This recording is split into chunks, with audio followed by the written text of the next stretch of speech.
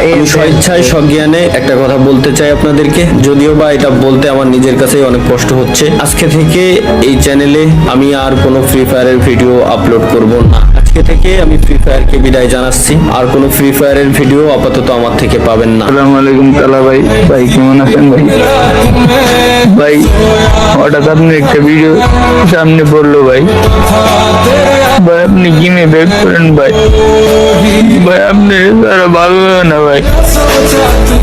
ভাই গেমে ব্যাক করেন ভাই। ভাই আপনার ভিডিও দেখে অনেকদিন ধরে হাসি না ভাই। ভাই প্লিজ গেমে ব্যাক করেন ভাই।